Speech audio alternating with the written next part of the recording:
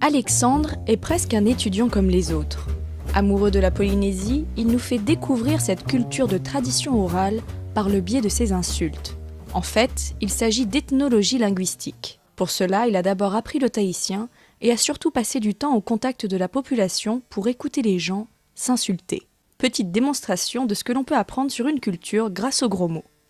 Alors ça va être censuré, mais comme exemple, il y a Tahiti, évidemment. Et cet exemple-là, qu'une grosse insulte à Tahiti, ça remet en cause la circoncision et la non-circoncision, et aussi la propreté et l'odeur des gens non circoncis.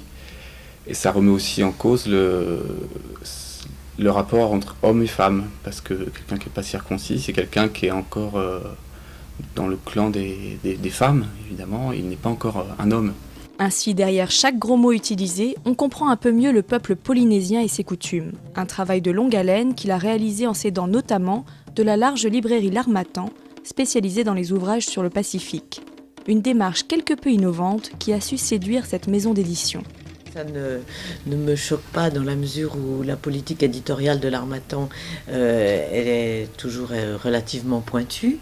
Ce qui nous intéresse, nous, c'est de faire vivre toute recherche intéressante. Dans les consignes d'ailleurs qui sont données à l'ensemble des directeurs de collection, on ne leur demande jamais de savoir si un ouvrage va être commercialement vendeur, on leur demande si le contenu est intéressant à faire circuler. La recette a déjà marché, l'un des best-sellers récents traitait des gros mots russes.